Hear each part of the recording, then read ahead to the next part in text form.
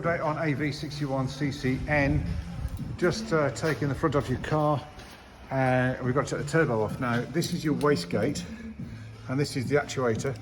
And basically, that actuator works on the vacuum here. So when that vacuum pulls, that closes the wastegate like that. Now there is play. It's not the worst I've seen, but you can see there's quite a lot of play in there. So at this juncture, it's up to you, but we could get that turbo reconditioned to get rid of that play. We've got the head back and all nicely skimmed. I want you to see what this crossover pipe was like. Now this is a good one, and you can see that's plastic on the end. That's all sheared off. And in there, you can see that bit of plastic there. And that's the rubber ring. It should be around the there, and there's also bits of plastic in there. You can just see the black. So this is probably the reason why your car overheated. In fact, it's losing water from there. There we go, look at that. That's all broken down. So we'll replace this crossover pipe. The next thing I want to show you is that the top of this has been brazed. So that should be movable. And down here, you can see how terrible and wobbly that is. There's a rubber seal in there, and obviously they get old. And I suspect that's been leaking for a while. Right, head's back on the car and all torqued up. So started to build up the other bits and pieces that we need to put on. But the next job is to get the car higher up now, clean off this area, new seals on the oil filter housing, and new drain and so on, and the supply pipe for the turbo. And then I'm going to put the chain in, put the engine mount on, and build it up. So I've just removed your oil filter housing, and that is broken, so you're going to lose coolant out of there. That's the coolant part, the top. Yeah, the old gasket. But what's worrying is this kind of dropped down. That was wedged up here somewhere. I don't actually know what it is. Anyway, so I also find it a bit odd that the cooler's been replaced, but the rest hasn't. No, it doesn't really matter, but I'll clean it all up. Kind of wondering, was that something like that? I don't know. It's not metal, it's plastic. Anyway, so that's the block having been cleaned. Just about to put this back together, and you can see there's quite a lot of crap in those grooves. I'll clean all that out now. I'll drain your oil and remove the oil filter. New sump plug on there, so we'll refill that by the end anyway. The oil was dirty, but it wasn't contaminated with water. Right, so that's better, nice and clean. It's going back on now. Right, so these are now torqued up to 12 Newton meters, that's all. It's more important that they're even and the same than they are the particularly tight. I've known people whale these in. It's an aluminium block, and you can strip the threads. So new filters on the, sorry, new gaskets bolted on, new filter in there. So putting the new chain in, you see how white those guides are down there. This is your old chain. So you don't need that anymore. And this is your old tensioner that came out in 3 pieces. So there you go, chain is in.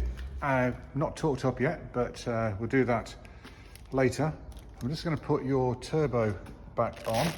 Now these seals that go in there, they never really survive. You can see it start to fragment and break. So we've got some new ones from the main dealer to go in there. Turbo looks really nice and clean. Obviously it's been refurbished, there's no play in that anymore. And the wastegate, which was the big one concerned about, is perfect. So it's a bit annoying. The turbo went there with these bolts in, as in those, and it's come back without them. Fortunately, I've got an old turbo here, so I'll steal them from that. I keep everything in drawers, so I know that I'd have had them if I'd have taken them off. Right, so we now have our new turbo drain, our new turbo supply going up the top here. All these bolts are torqued up to 25 Newton meters. Now put the shields on, the supply and return for the cooler. Right, so now we have the turbo brace on and the under shield. Time to put the, oh look, we haven't got these bolts either. They've left them off, never mind. Right, so here we go. We've got the rad on, engine's all back together, and I'm going to start the car. Moment of truth, you might say. Let's just let's see if I can get in here. Right.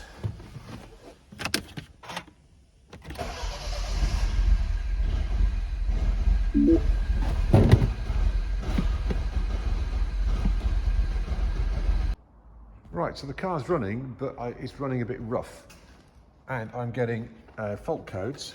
So it's running rough, as you can see.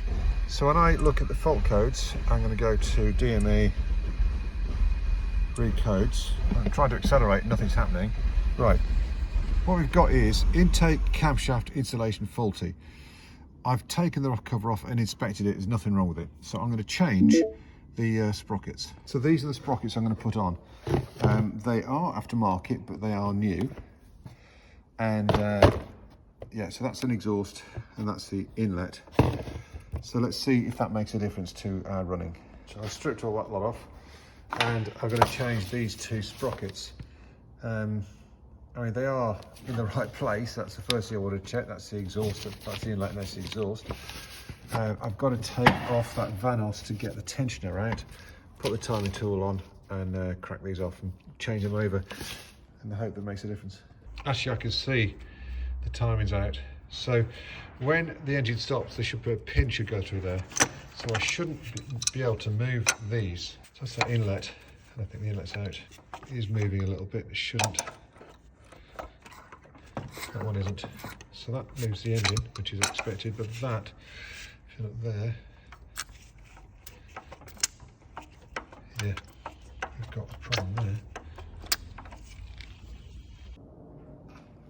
Right, so I've changed the inlet sprocket. Let's see where that goes now. All right, so back together once again.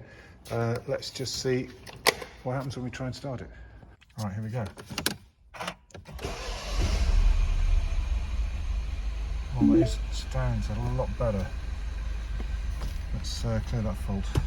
So now we've got no rough running, but when I try and accelerate, there is some hesitancy. Let's go into live data. So in live data, we can see we've got a misfire number 1 and number 3. When I rev it, we get more of a misfire. So I'm going to change the coil packs out from one and put it into a different one. I did have to change some of your coil packs because if you look, that one's destroyed itself and that one as well. These rubber ends, they get stuck down the boards and then they just don't work. So it might be that the one I put in from my stock, it's a second-hand one, wasn't brilliant. So I'm going to try and put it into number 3, see if that moves the misfire anyway. What we have, I'm chasing phantoms I think at the moment.